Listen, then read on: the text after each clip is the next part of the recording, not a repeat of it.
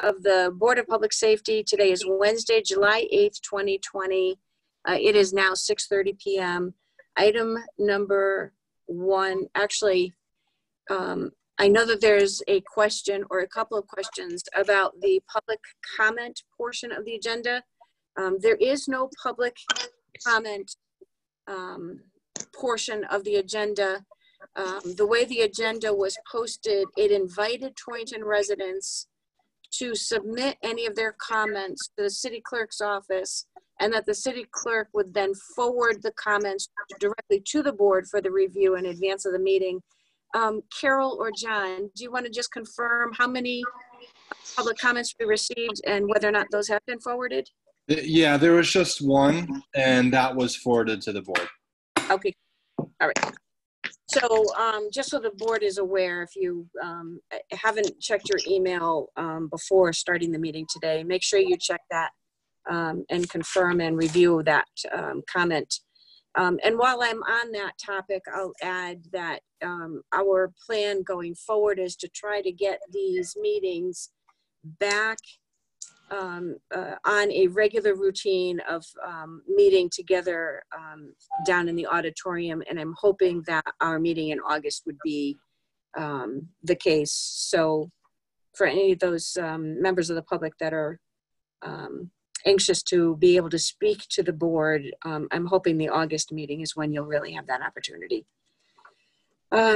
All right, so item number one on the agenda, I will entertain a motion to approve the minutes of the regular meeting held June 3rd, 2020. Commissioner Bingham. So moved, Mayor.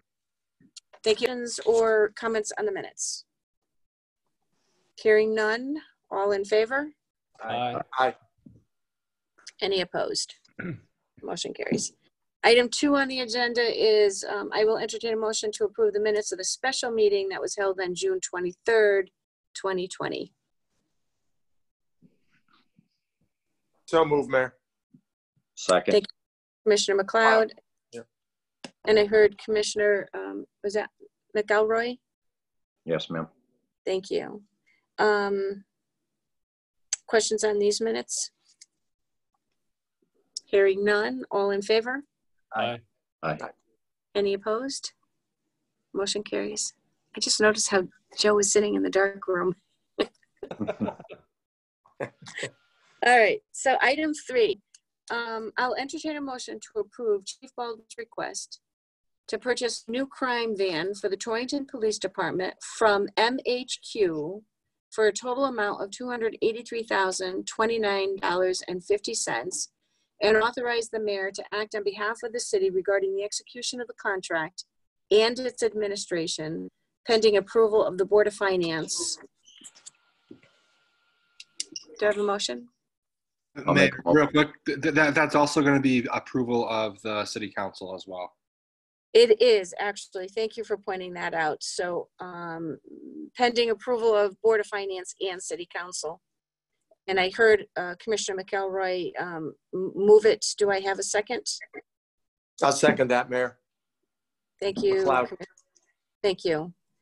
All right, so Chief, do you want to talk a little bit about this van and where it is in your rotation? Sure, Mayor. The crime van has been on the slated to be replaced about 7 years ago. What we currently have is a 1994 Ford E350 converted ambulance, which we've been using. It's a 2007 model, or I'm sorry, it's a 1994 model, and it was given to us back in 2007, donated to us by Campion. The vehicle has shown significant decline. We've used to date, we've spent close to $25,000, just over $25,000 in repairs. It's not functional for us anymore. And this is a time where we have decided that this is a critical need for our department to be used at the for crime scenes, accident scenes, potential incident command locations, and other citywide events. So I've spoken with our fleet manager regarding the replacement of this vehicle. He's in agreement that it's time to be replaced. This is the year to do it, and I'm moving forward with this. As we look at that price tag, we also have additional funds that I'm going to move forward towards that vehicle, which will be a significant reduction to the city of Torrington. The mayor is working with the vehicle replacement committee. A vehicle replacement committee has authorized and approved to move forward with this vehicle pending the approval of the boards. And as I was saying, the mayor is working with the vehicle replacement committee and the comptroller concerning the vehicle replacement fund. Okay, great. I'm not sure, I was listening to you, Chief, but you mentioned that the cost was going to be offset by funds from your asset forfeiture account? I didn't specifically say that, but that's where it would be coming from, ma'am. Yes, the asset forfeiture account, in the amount of $115,000 that we're going to push towards the purchase of this vehicle.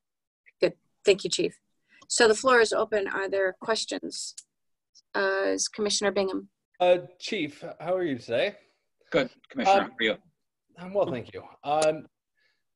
As this fan, as we brought up the letter from Ms. Bagnashi, does this speak to the additional van or the additional vehicle that she's addressing in that? Does that answer her question, I should say? Some of what she's asking is, I don't, no, it doesn't, Commissioner. Okay. No further questions, thank you. Thank you. So Commissioner Benedetto. Hi, Chief. Good evening. Hey, Commissioner. How are you? Good. Couple questions. Yeah. Price tag bothers me, number one. Number two, how many times a year do we use this vehicle in the past? We use it, well, again, because of the state of disrepair that the vehicle is in, we don't use it as much as we should. We would utilize this vehicle on a much more frequent basis. The vehicle is probably used maybe 25 to 50 times a year as it stands now. Maybe less than that. I don't have the exact numbers of that, but with this vehicle, with the purchase of this new vehicle, it would get significant use for the city and for its residents. We've gone through, we went out to bid, and I think you have them in your package. And we actually, we're talking about a third potential bid because we're looking at it at the best price and the best cost for the city. And actually the third bid that we received was about $425,000 for this type of a vehicle. So the cost of this is very cost effective for the town, especially with the fact that we are going to be contributing $115,000 toward the purchase to offset this cost. So the cost is going to be somewhere around $168,000, and it may be less than that based on the work with the comptroller concerning the vehicle replacement fund. Mm-hmm. Hey, Chief, have you reached out regionally and see if there's other departments that would like to go in on this vehicle and have a shared regional vehicle? We currently, one of the issues we currently have we're in with a regional command, a regional vehicle, which is the regional command vehicle, the Western Chiefs regional command vehicle. And the issue with the regional aspect of it is that you don't have 100% access to it 24/7. With the other vehicle that we are a part of, other departments are utilizing it within their towns and within their regions and making it unavailable for towns that may need it. So that's one of the reasons why we don't want to go on the regional aspect of it. It would be utilized, we would use it in a regional aspect for other departments. If they needed it, we would assist them with it. For the most part, the regional part of it would not be beneficial to us at this point. Okay, can you give me an example when we would use this? It would be used at the fatal, we had just recently had 2 fatal accidents. So it would be used as our accident investigation team would be using this. Our detective division would be using it at burglary scenes, major crime scenes, any type of homicide scenes. It would be used at something like the rally that we had downtown, the protests. It would be used at various different events throughout the city. Okay. So can I ask you this question? Like, say, take that fatality off Highland Avenue. It was on the Litchfield line, Torrington line. Did the state bring in their vehicle? No, they didn't. No. Can we utilize their state vehicle? It depends upon their availability, and generally the state, that vehicle for the state is specific to major crimes. They don't use it they very rarely use it. I shouldn't say they don't use it all the time, but they very rarely use it for any type of accident scenes. The state police have their own accident reconstruction squad that has their own equipment, and therefore they would not utilize that vehicle for any type of a accident investigation team investigation. So no, that's not the case. We would still, I mean, the state is available, but not to the extent that we'd have full access to this vehicle 24/7. But if there was a homicide, they would get involved, or no? More than likely they would. I mean, the state is still a valuable asset to us. It's not, we wouldn't be shutting them out. And you got to understand that when we're dealing with a homicide investigation, you have two different components to the investigation. One is crime scene processing, which is what the state police does. The other is investigation, which would be our department.